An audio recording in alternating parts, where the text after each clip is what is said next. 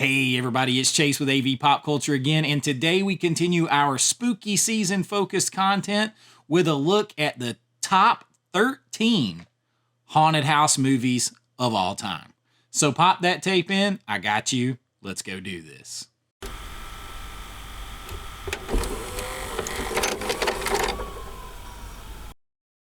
All right, so the top 13 haunted house movies of all time. I'm got a couple of little caveats to this. I did this to where it is the top 13 in my collection because otherwise it is very hard. This is my favorite subgenre of horror, pretty much. So it is very hard to narrow it down. So I said, okay, I'm going to narrow it down to the top 13 of all time that are in my collection. Now, there wouldn't be a whole lot of difference in here. Maybe a couple of others, and we'll talk about those at the end.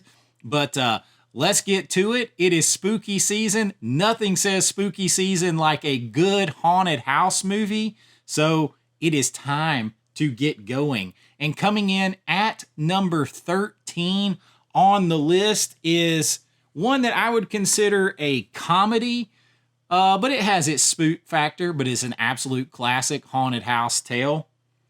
I'm talking about Beetlejuice. I mean, you have to have Beetlejuice on the list. The whole premise of the movie centers around a haunted house. This is no spoiler out there. The husband and wife die in a car accident and they are haunting their own home. Winona Ryder and her family move in, and yes, she is strange and unusual, so she is very sensitive to the haunting.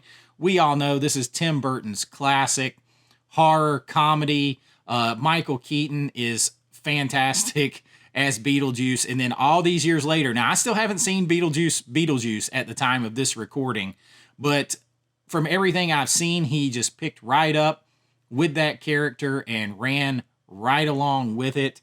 And Beetlejuice, classic spook fest. Tim Burton's twisted creative mind giving us his little comedic take on something that is ghostly and scary, but a heck of a lot of fun. And I just think Beetlejuice has to be on the list. It is a quintessential haunted house movie. Beetlejuice, Beetlejuice. I think I'll stop there. Now, as scary as ghosts and haunted houses can be, that is nothing compared to how scary it can be to have all of your data, your personal information hacked. And if you're like me, you've probably experienced getting letters to your house to just let you know that, hey, your information might have been part of a data breach here, a data breach there. And I mean, this year alone, there has been a lot of data breaches, like really high profile data breaches out there. So because of that, I have partnered with Aura because they are going to help protect you and make all of your information secure. Doesn't matter if you live in a haunted house or not. All the real scares are out there online in this digital world that we live in. And this year alone, I think Dell suffered a breach that put like 3.9 million customer records, including all their sensitive data, personal information, all that out there. But maybe even more scary than all of that and all the haunted houses put together is that just a few months ago, National Public Data announced that they suffered a major breach that potentially impacted every single American. It doesn't get any scarier than that. Thankfully, I'm starting to feel more secure now that I have partnered with Aura, who is today's sponsor of this video. We are going to protect ourselves, and if you don't want to take any chances and you want to protect yourself as well and you want to give Aura a try, you can check down below at my link. You can get 2-week free trial of Aura. You can sign up right here. I'll give Aura enough time to find out if any of your personal data is exposed. All you have to do is check the link below. It's aura.com/AVA Pop Culture, and you will get your 2 weeks free to give Aura a try and protect yourself and your family and have that peace of mind. So Give them a try, protect yourself, and then it won't be so scary out there. All right, so going back to our list here of the top 13 haunted house movies of all time, is the last one that is kind of even has any hint of comedy to it. I just feel like it's kind of a classic. It's one that I grew up with, and I am talking about House. Got the cool arrow set with House 1 and House 2. But House, the guy who plays in this movie, I grew up with as the greatest American hero, William Catt. And he stars as Roger Cobb, a writer who actually grew up in this haunted house and left it behind, went to Vietnam, became a writer, and write stories. But he and his wife moved into this house, and their child went missing in this house, and it drove them apart and all kinds of stuff. And now he's moved back in to kind of face his ghosts and face his demons, and try to figure out what happened to their child. And it's kind of got like that comedy vibe to it, but still scary. This one kind of walks that line. Like, to me, when I was younger, it was much scarier. Now it has scary moments, but you also see the psychological terror and horror in it, but you also see the comedy in it. I mean, he's like digging all these holes, burying this thing in the backyard, all this stuff. He's dealing with a ghost of a friend from Vietnam, and it is pretty trippy, but it is a quintessential haunted house film. I like watching this one. I gotta admit, I haven't watched House 2 in a long time, but House 1 to me is a classic haunted house film. I was lucky enough to grab this out of print set from Arrow 4 or 5 months ago, and at a great deal. I think I got both. I think I got this for $35 on the aftermarket, which is hard to do. But if you've never seen House, or it's been a long time now, this isn't the. There's another haunted house film named House. Don't get these two confused; they're very different.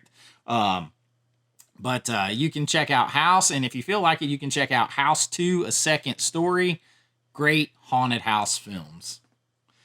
Kind of comedy, though, and that's going to be kind of where anything with really any sense of comedy, for the most part, ends on our list. So coming in at number 11 on our list is one that's not so much a house, but a room that is haunted. And this is actually on my list of the top 9 films that scared me. I think this movie is, first of all, it is based somewhat on a true story of a writer and a ghost investigator and a hotel. And I am talking about 1408. This movie is legitimately scary, especially if you are a deep thinker. John Cusack has a great turn in this film. He is a writer who is also he investigates the paranormal. He lost his child, and in turn he lost his faith completely, and he's a skeptic, and he doesn't believe in anything. And this room at this hotel, room 1408, everybody knows is haunted, so he wants to go there and investigate the hotel and stay overnight. Samuel L. Jackson is the hotel manager, and he begs him not to do it, to stay in another room. They'll give him pictures. It's an identical room. He won't listen because he's a skeptic, and boy, does he pay the price for this. This is like a terrifying version of being stuck in hell, because he is in this forever haunted, demonic time loop of torture that he can't get out of, and every time he thinks he gets out of it, the clock and everything resets, and we hit the song "We've Only Just Begun." And it's like, imagine that. If you put yourself in there and you think deeply, that is terrifying. If that is what hell is like, it's just a torture over and over and over, and once you get to the end, it starts back over, and it's a never-ending loop. And he finds religion. Let's just say that he finds the truth, but there is definitely some interesting endings. There's alternate endings. This movie is genuinely scary, and you get to see ghosts in it, which I always prefer to not seeing anything. But this one will definitely keep you up at night, especially if you're a deep thinker and you let it take you away. 1408, very scary haunted house or haunted room / haunted hotel room movie. All right, next up on the list is one you guys are probably going to have a lot of fun with me about here and give me grief. I don't care. This is a remake of a classic, and I love the classic. I don't have the classic, but I actually really enjoy the remake, and I am talking about, I only have it on this old DVD without a real case. I'm talking about 13 Ghosts. Now, I really enjoy 13 Ghosts. Matthew Lillard in this is fun. I don't really understand why this gets so many complaints. Yes, it deviates from the original. Yes, it's got camp factor, but it has great and scary ghosts in it. I mean, the Juggernaut, the Jackal, the sign of hell's winter. The Jackal. It has some ridiculous puns, like when the lawyer gets caught because they're in this glass house. If you don't know the story, this man has lost his wife. He's trying to raise his 2 kids. He's just a school math teacher. He has no money. He inherits this house from his eccentric uncle who supposedly passed away. And they go in, and the house is basically just a big trap for all of these, like, next level, boss level ghosts. And they're in the house because he needs one of them to become a ghost as well, the 13th ghost. And I don't know, I always wanted to see this movie become a house at Halloween Horror Nights. I have fun with it. I really do think that the ghosts are scary in this. The Jackal, the Juggernaut particularly.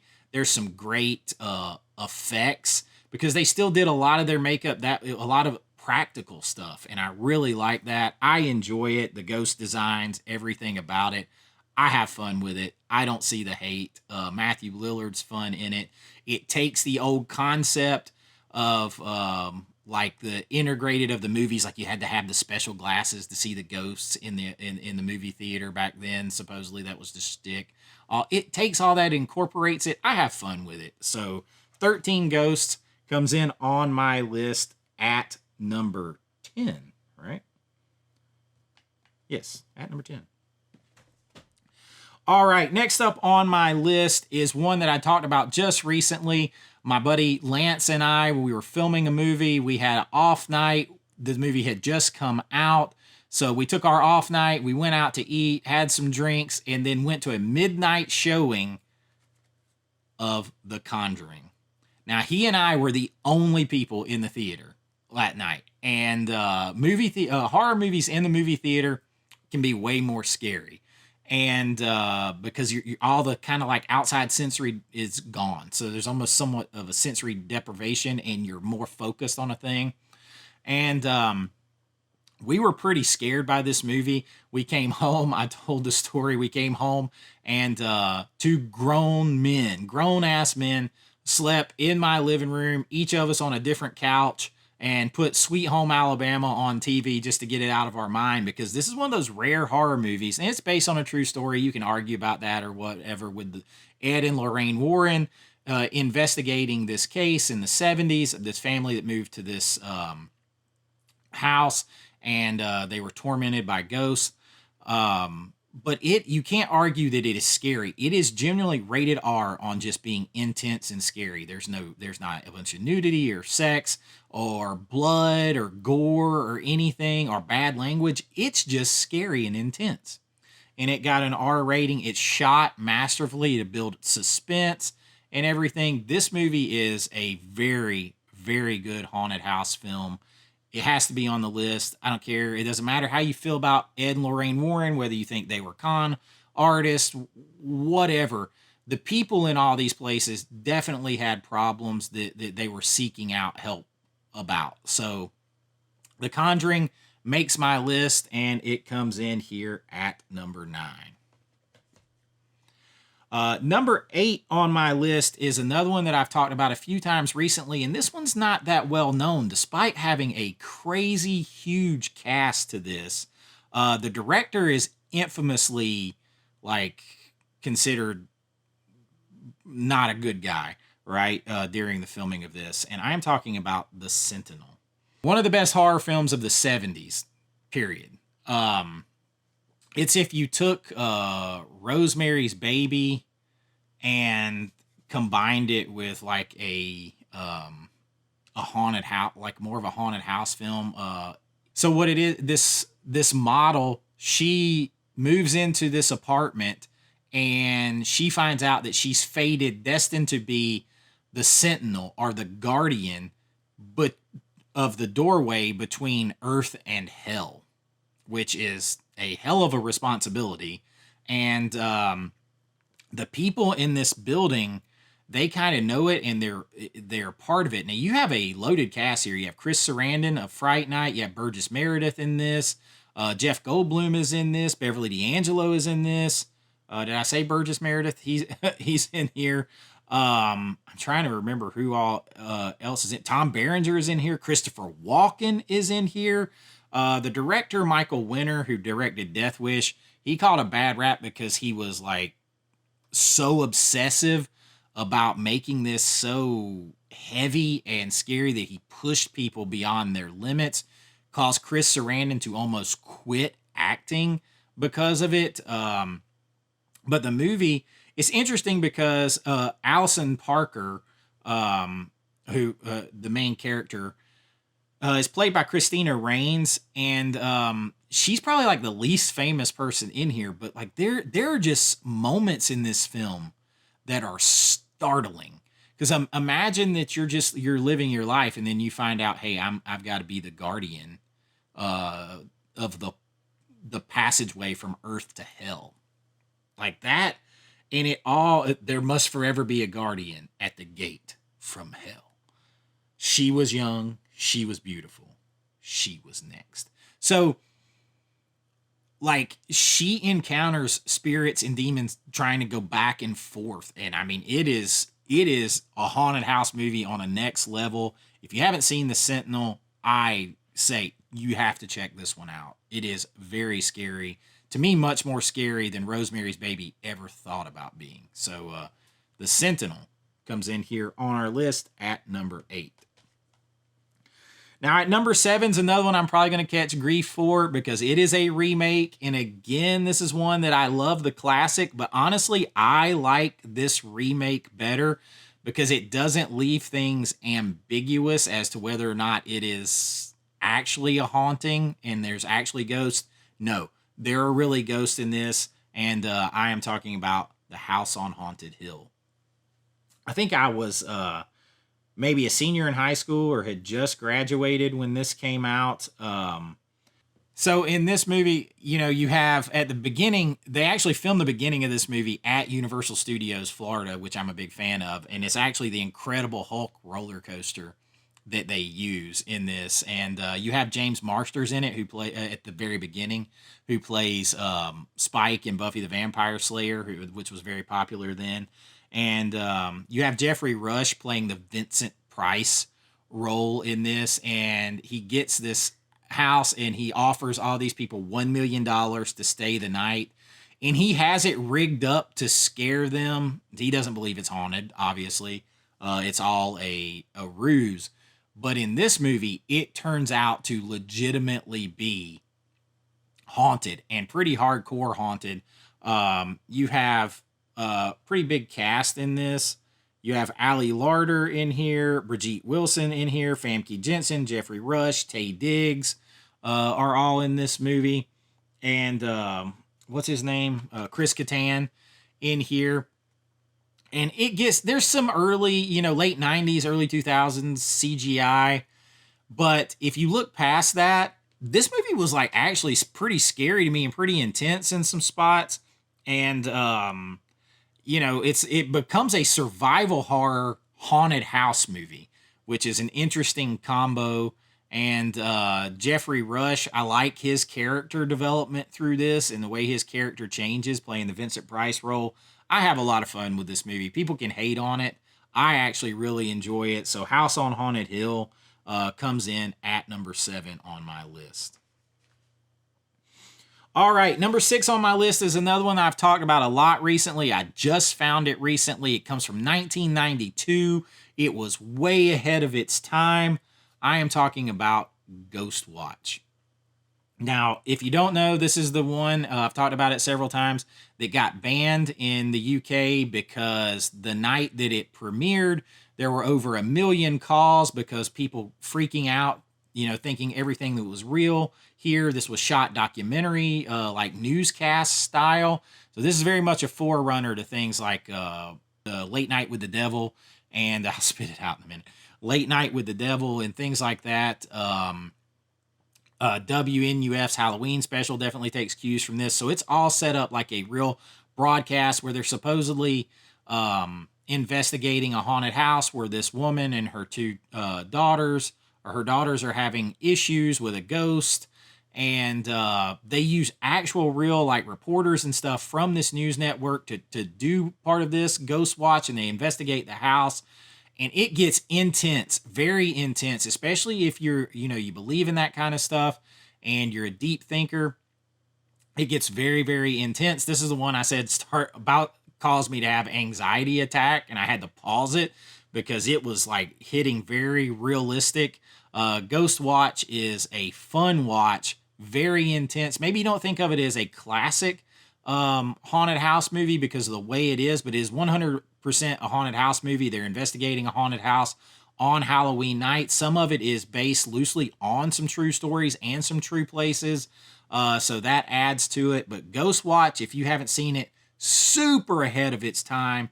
Definitely worth your time to check it out, and just absolutely fantastic. The well done aces. Everybody involved with this did a heck of a job. Ghost Watch comes in on my list at number 6.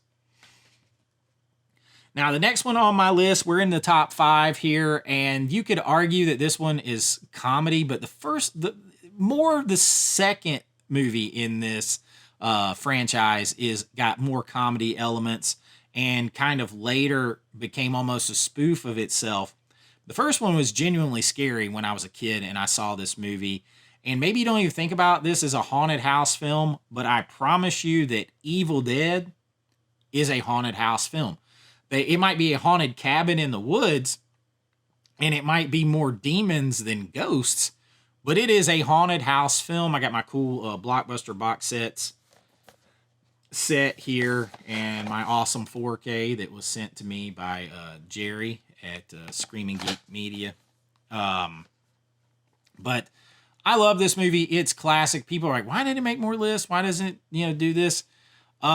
Evil Dead as a trilogy or as a franchise is hard for me to quantify sometimes because, especially with the sequel, the sequel is almost a parody of the first movie.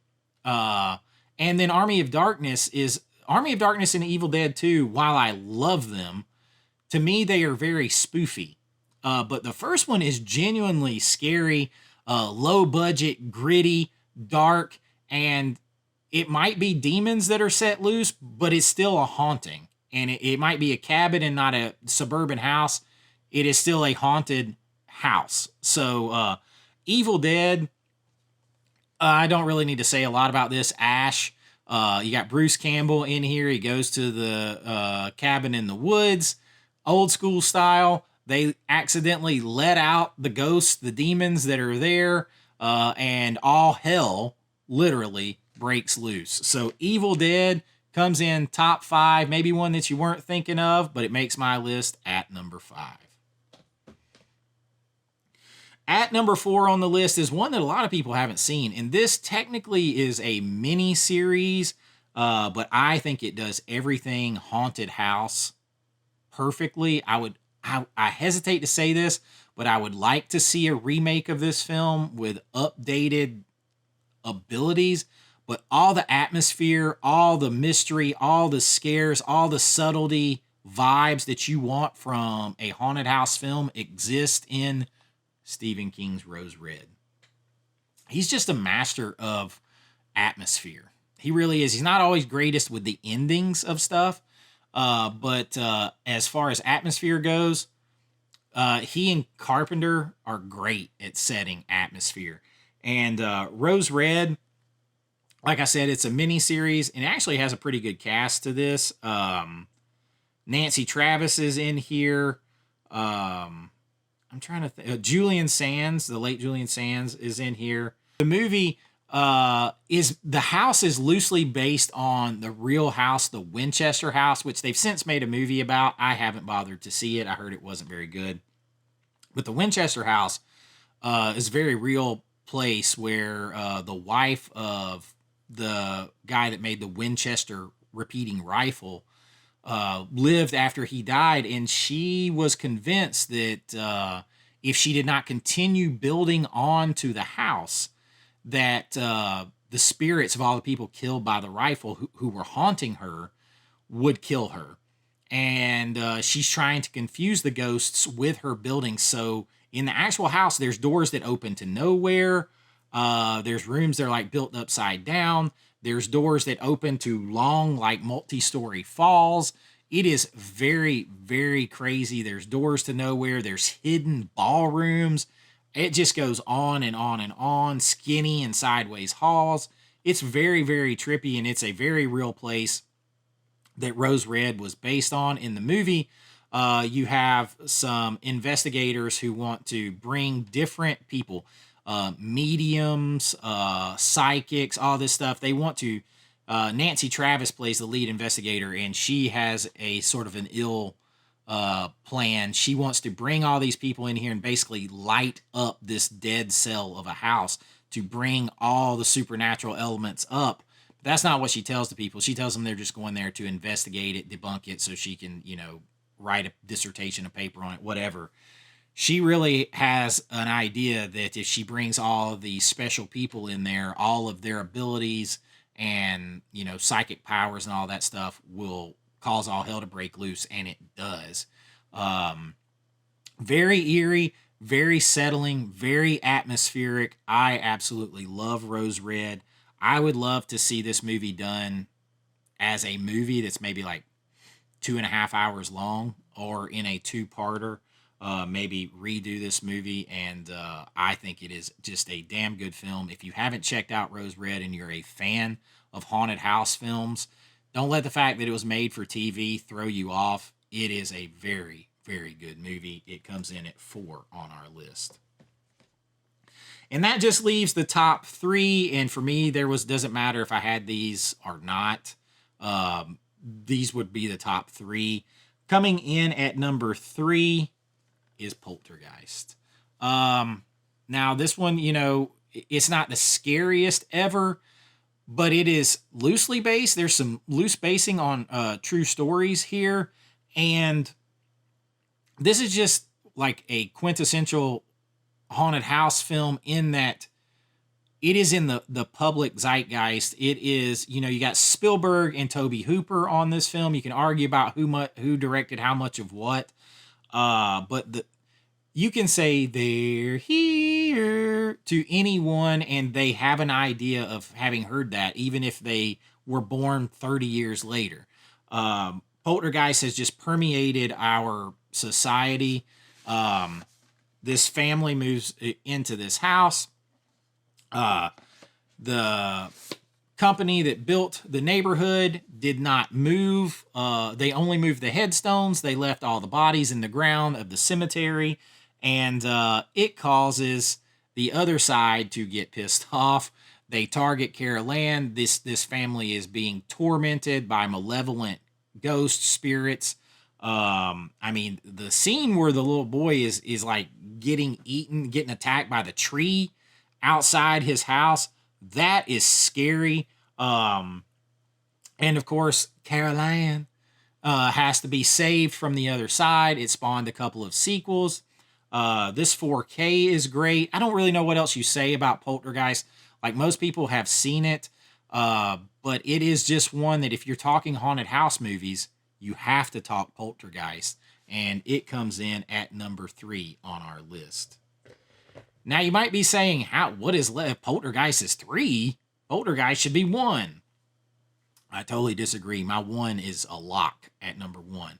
Number 2 kind of cheats the house thing again just a little bit, but it's a haunted dwelling. And that's the whole purpose of the movie. It is what a haunting can do to you. And I am talking about Stephen King and Kubrick's classic, The Shining. Again, got my Blockbuster box sets slip box here. And I don't know, The Shining, yes, it's not necessarily a house, but a haunting is what this whole movie's about. Of course, you know the story. This is based on the Stephen King book. Stephen King hated this movie. He famously said that the book is hot, the movie's cold. Stanley Kubrick, I've gone on and on. You can I talk about him and him filming, how he filmed this movie back in my video, Why Most 4K Reviews Are Wrong. The way he shot this movie, it makes you uncomfortable and scared and uneasy to watch it. You feel all this haunting open space of this hotel, and it's big and open, but it's very oppressive at the same time. He almost makes you feel that there is an entity with you watching you, the same way there is in here. And there's multiple entities, multiple ghosts. They target the father, Jack Nicholson. They target the father because he is. The ending is he always a part of the hotel, or is he claimed as one of them because of what he does? It's kind of left open to interpretation.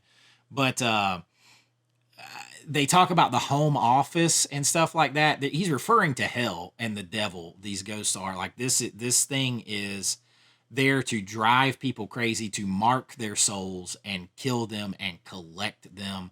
And we see all varieties of ghosts and the effects that they're having and the effects that the haunting is having on this family.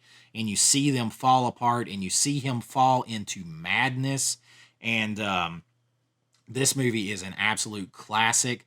The book is a classic. I don't care what Stephen King says. This movie is a classic, shot phenomenally, that it makes you feel haunted watching it. It has to be on my list, even though it's not technically a house. For me, it is got everything there about a haunting and a haunted place where you're living.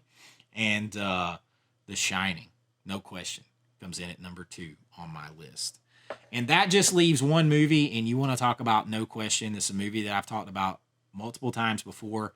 I argue that this is the movie that is more in the collective consciousness when people want to talk about what is a haunted house movie. What movie do you think of when you think of a haunted house movie? I think most people will think of Amityville Horror. Whether they like the movie or not, whether they believe that it is based on a true story or however much of it's true, for sure the murders that launched this, the DeFeo murders, are true. They happened. Now, the Lutz family moves into this house, after these murders. Which to me, anytime you do something like that, and I know people do that and people live there now and they've had it remodeled and stuff like that, I feel like you're inviting evil. You're inviting something bad to happen. You're inviting bad energy, bad juju. I would stay away from it. But the Lutz family moved in here. They only lasted 28 days. Again, the father is targeted. He's being driven crazy. In this movie, they kind of imply there is a passage to hell in this house. I actually like the way that is done in this movie much better than the remake that goes over the top, but I do like the remake with Ryan Reynolds. But Amityville Horror is a classic haunted house story, the based on a true story. There's the book, there's the whole DeFeo case, there's the whole Lutz and them talking about what happened afterwards, and the get out. Everyone knows that, and the priest, being attacked by flies, and the pig in this movie, which maybe looks a little ridiculous, but it represents the devil, demons, legion. The demons were cast into pigs. that is what it represents. And the ending of this movie used to terrify me when the woman that is somewhat psychic comes in there and she goes down into the basement and she's like, cover the well. It's a passage to hell. Like, I mean, it's genuinely scary. The walls bleeding. Like, I don't know at what point some people got cynical about this movie. You're wrong. This is a classic haunted house film. I believe there's something strange that went on in the house. Maybe not everything they said. Something strange went on. For the DeFeo murders to have happened, if you watch a bunch of documentaries on it, it couldn't have happened without something odd going on, because there's no way you can fire a rifle that many times in the house without people waking up and moving. Imagine it's the middle of the night and you're asleep next to someone and a gun's fired and shoots them and you don't wake up and move. There's no way. And then there's time for you to go through the whole house doing that without people waking up and moving. There, he either had a bunch of accomplices or something helped him do it. Like, I that's just what I believe. There's too many things that don't add up. You can watch a bunch of stuff. So to me, that adds to the gravitas of the film, the scariness. I let my imagination go deep and create. You guys got to remember, not only did my family have personal experiences with stuff when I was young, but I write horror movies and I make horror movies. So I have to think up this stuff in great detail.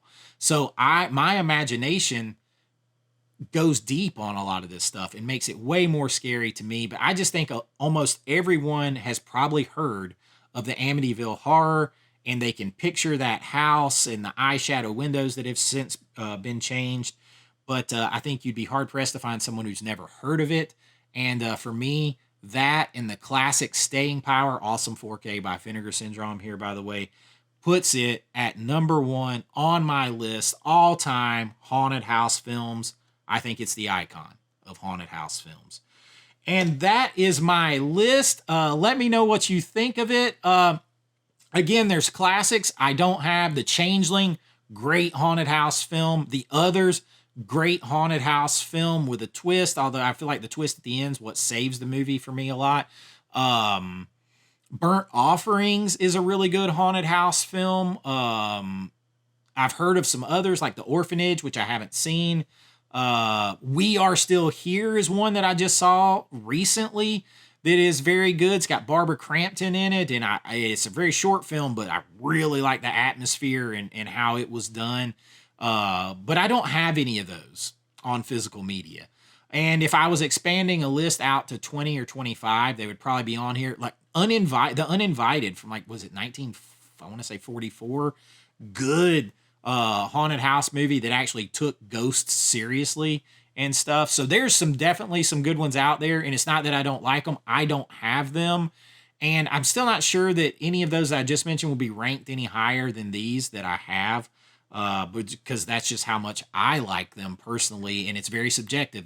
Movies are art is subjective. But you guys let me know what you think of my list. Give me some others that you love down here. Let's talk about it. That's what's so much fun. And if you guys have enjoyed this, please like and subscribe. It really does help out the channel. If you want to help support the channel, you can join below at my Patreon link or right here on YouTube, become a channel member. The only difference between the two is I can do a little more on Patreon and they take a lot less, but otherwise you get access to all the same content, behind the scenes of my filmmaking, get your name and lights here, and so much more, and you really do help the channel. Everything goes back into what you see here and allow me to continue to do this, and I want to continue to do it for a long time. I love hanging out with you guys and talking movies, but until next time, be kind, rewind like always. This is Chase with AV Pop Culture, and I'll see you real soon. Bye-bye. I know.